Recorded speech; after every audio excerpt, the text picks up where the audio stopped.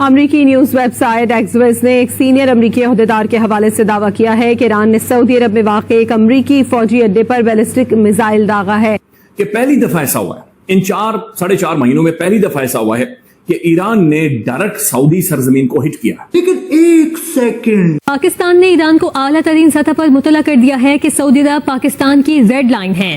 سعودی عرب پر حملہ، پاکستان پر حملہ تصور کیا جائے گا. ریڈ لائن ہے اور اس ریڈ لائن کو ایران کو پراپر بتایا گیا اور ہائیسٹ جگہ پہ بتایا گیا کہ اس کو آپ نے کراس نہیں کر. Highest level. A few moments later. Pakistan کے بار بار منع کرنے کے باوجود ایران نے پاکستان کی نہیں مانی اور سعودی عرب پہ حملہ کر دیا.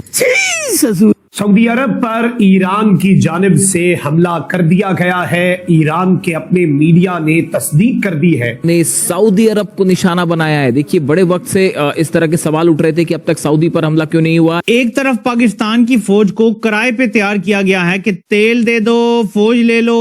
وہ نہیں جیسے وہ ایک انڈین مووی ہے ویلکم، اس میں وہ سین ہے، وہ نانا پاٹیکر اس میں نا ریڈی پکڑ کے اور پیاز آلو کی ریڈی گھما رہا ہوتا ہے ایک فلم کے سین کے، فلم کے اندر فلم پکچرائز ہو رہی ہوتی ہے تو اس میں وہ آواز لگا رہا ہوتا ہے آلو لے لو، کاندھا لے لو، وہ ایسے نعرے لگا رہا ہوتا ہے. یہاں پہ انہوں نے اپنے فوجی ریڈی پہ بٹھائے ہوئے ہیں، تیل دے دو، فوجی لے لو، یہ اب نعرے لگا رہے ہیں. تو سعودی عرب کو فوج دی، اب اس سے 6.5-7 ارب ڈالر کا تیل مانگ لیا ادھار.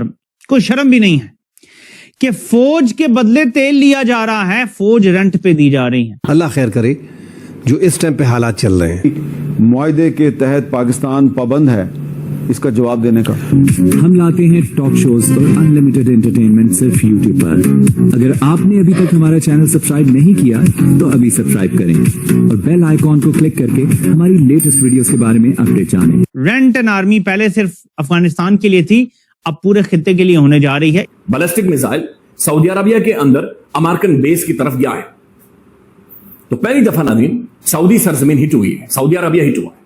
ایکچوئل پوزیشن کیا ہے؟ نہیں، اس کو تو بڑا سیریس ہے، یہ ٹھک ٹھک نہیں ہے، یہ تو اسکلیشن پہ آ گئے اب. This is part of the escalation leader.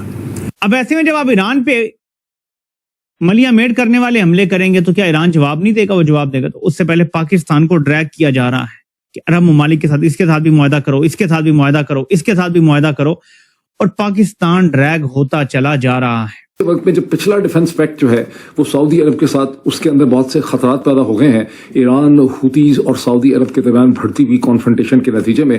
تو پاکستان ایک دوسرا میوچل ڈیفنس پیکٹ کرنے چلا ہے کویت کے ساتھ.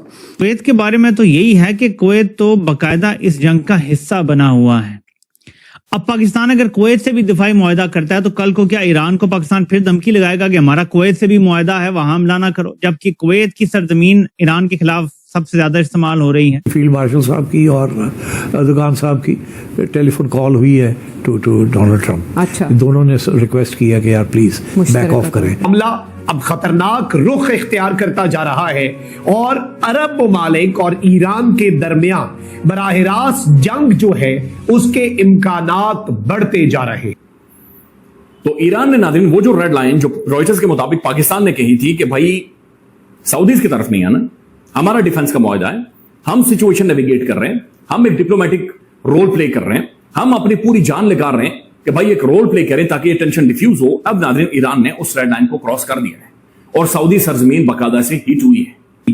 اللہ نہ کرے ایسا ہو، لیکن اشارے یہی مل رہے ہیں جی کہ سچویشن بہت آگے جائے گی اور ایک ریجنل وار میں کنورٹ ہو سکتی ہے. بہت ہی ڈائسی سچویشن ہے پاکستان کے لیے، بہت ہی نازک، واقعتاً ناظرین ایک نازک لمحہ ہے مشرق وسطیٰ کو لے کر پاکستان کے لیے. لیٹس سی پاکستان یہاں سے کیسے خود کو نیویگیٹ کرتا کہ سچویشن جو ہے وہ بڑی وولٹائل ہے. پاکستان کی پہلے دن سے کوشش رہی ہے کہ مسلمان آپس میں نہ لڑیں، عالم اسلام میں کوئی جنگ نہ ہو اور مسلمانوں کی کوئی جنگ نہ ہو. کو سمجھنا ہے کہ یہ جو خبریں آ رہی ہیں اس کا مطلب اور مقصد کیا ہے.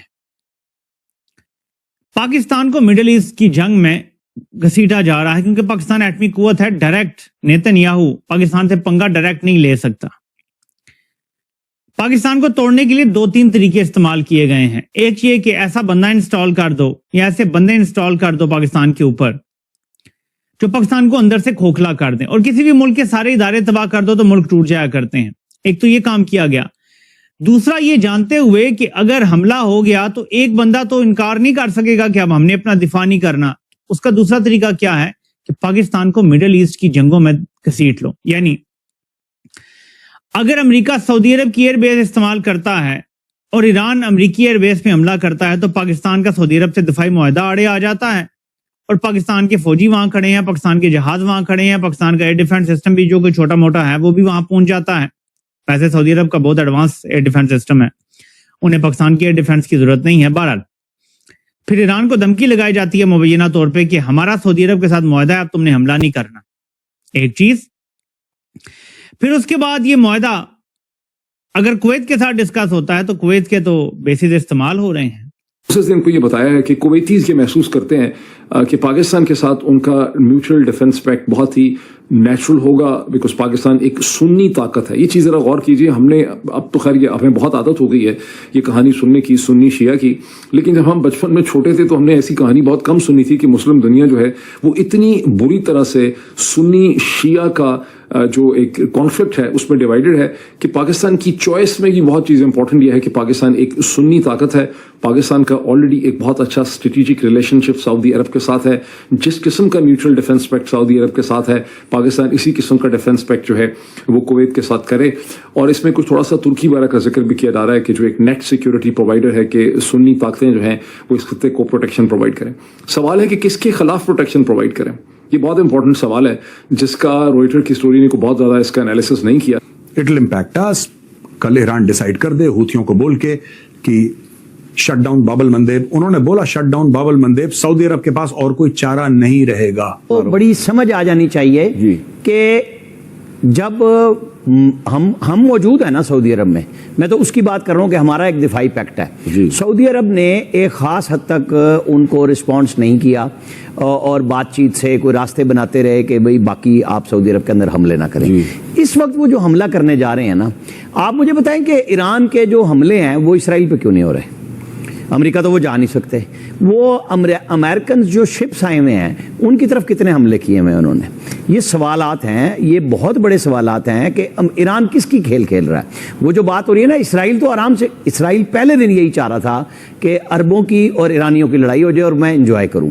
یہ مسئلہ پاکستان کو آئے گا اور یہ ایک بڑا اہم سوال ہے کہ پاکستان اور ایران 904 کلومیٹر کا بارڈر شیئر کر رہے ہیں, تو پاکستان ایران کو گرنے بھی نہیں دے گا. ادھر سعودی عرب کے ساتھ دفاعی پیک ہے, تو اگر آگے حملے بڑھتے ہیں تو پھر پاکستان کیا کرے گا؟ پاکستان ہر ممکن کوشش کرے گا بچنے کی اور ایران کی اور سعودی عرب کے تعلقات کو مزید بہتر کرنے کی کوشش کرے گا, جو بڑا مشکل ہے اس ٹائم پہ, مگر پاکستان اس میں لگا ہوا ہے. کیا تعلق ہے ایران میں؟ فش مارکیٹ بنے نہ بنے, آپ کا تو کام یہ تھا خطے سے آرام سے چلے جاتے اور گلف کنٹریز اور پاکستان بڑا اچھا رول پلے کر رہے تھے. پاکستان کی ملٹری اسٹیب ایران کے ساتھ ہم کام دکھا کے وہ آپ نے ہربز بھی کھول, آپ پھر آ گئے واپس. بھائی مسئلہ کیا ہے؟ آپ اپنا ملک سنبھالیں سر. آپ اسرائیل کے پپٹ کب تک بنے رہیں گے؟ ٹاؤٹ اسرائیل کا امریکہ جو قطر کے شپ کے اوپر جب حملہ انہوں نے کیا تھا تو اس کو حملہ کس نے کیا تھا؟ ایران نے. ہاں تو وہ ایران کہہ رہا نا کہ ہمارے تھرو جائے نا, آپ طریقے سے جائیں. آپ نہیں دیکھیں آگے بھی فیوچر میں ایسا ہی ہوگا, لیکن قابل اعتماد نہیں ہے یہ لوگ. یہ بالکل میں یہ بتانا چاہوں گا, ایرانی لوگ جو ہیں وہ خود کنفیوز بھی ہیں اور وہاں پہ کئی مختلف قسم کی فرقے چیزیں بن چکی ہیں جو کہ خود ان کے کنٹرول میں نہیں ہے. They have become an issue. میں آپ سے یہ کہہ رہا ہوں کہ اب آپ کے ڈونلڈ ٹرمپ کے بیان کے بعد جو آپ کے پارٹی کے رہنما ہیں, وہ جو انہوں نے کہا پاور پلانٹ اڑا دوں گا ایران کے, اب حوثیوں نے تڑی لگا دی ہے سعودی عرب کو میرے بھائی کہ ہم آپ کے تیل تنصیبات اڑا دیں گے. میں یہ کہہ رہا ہوں کہ آپ لوگوں کی ویسے ہی جنگ بڑھتی جا رہی ہے. آپ کہہ رہے 7 دن میں سیٹلائٹ لے آئیں گے, ختم کر دیں گے. طارق صاحب 7 دن سے پہلے, 7 دن تو بہت دور کی بات ہے. 7 دن سے پہلے 40 دن میں آپ ختم نہیں کر سکے. 7 دن یار کمال کر دی. یہ ٹرمپ کہتا ہوں ٹیبل پہ آئیں گے. یہ دیکھیں نا انہوں نے ہاسٹیج کیوں چھوڑا ہے, یہ بڑا سوالیہ نشان ہے. کیوں چھوڑا انہوں نے ہاسٹیج کو؟ وہ بات کرنا چاہتے ہیں, اس میں کوئی شک نہیں. بالکل آپ دیکھیں گے جنرل صاحب یہ کہہ رہے ہیں وہ بات کرنا چاہتے ہیں, وہ تو باب المندب بھی بند کرنا جا رہے ہیں, وہ تو ریڈ سی کی بھی ٹرانسپورٹ روکنے جا رہے ہیں. میں آپ کو بتاؤں ایک ایسا موضوع ناظرین بن گیا ہے, بڑا انتہائی مشکل پاکستان کے لیے پیش آ رہی ہے.